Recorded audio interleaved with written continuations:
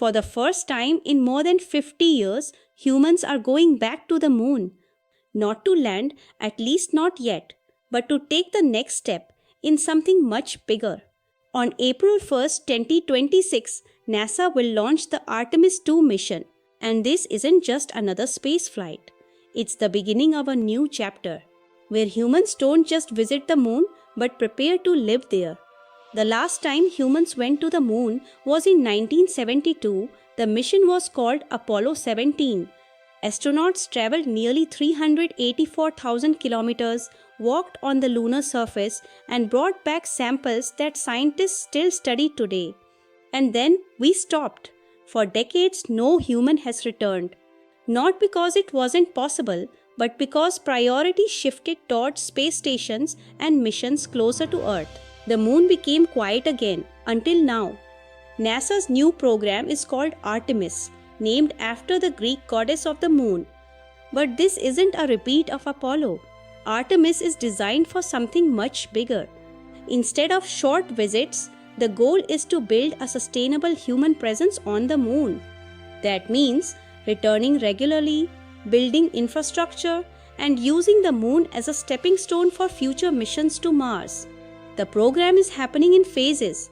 Artemis first, uncrewed test mission. Artemis second, first crewed mission around the moon. Artemis third, planned landing mission. Each step moves us closer to long-term exploration. So when exactly is this happening? NASA is targeting April 1st, 2026 for the Artemis 2 launch. The rocket will lift off from Kennedy Space Center in Florida, from the historic Launch Complex 39B, the same site used during the Apollo missions. And this time, there will be 4 astronauts on board. Reed Wiseman, the mission commander, and Victor Glover, the pilot. Christina Koch, mission specialist, and Jeremy Hansen from Canada. This mission is historic in more ways than one. Christina Koch is said to become the first woman to travel to the moon, and Jeremy Hansen will be the first Canadian to go beyond Earth orbit.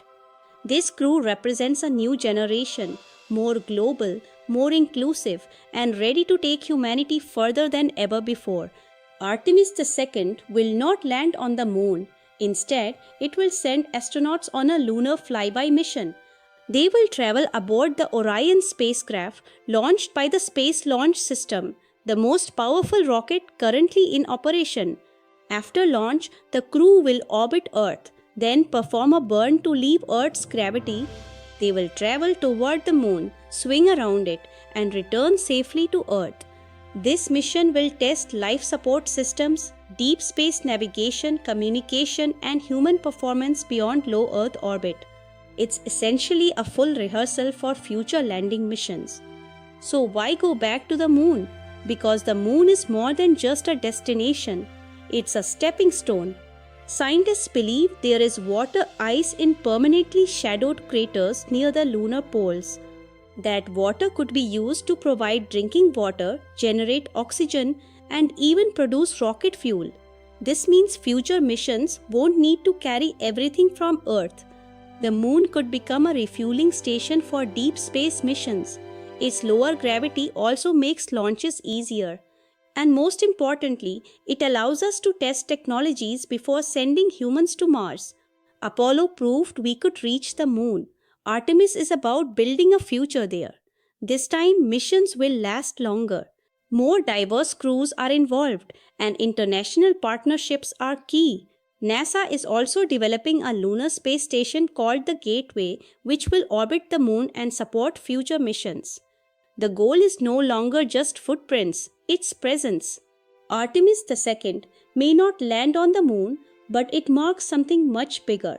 It's the first time in decades that humans will travel beyond low Earth orbit, a step toward living and working in deep space. On April 1st, 2026, when that rocket lifts off, it won't just carry astronauts. It will carry the next chapter of human exploration. And this time, we are not just going back to the moon. We are going there to stay.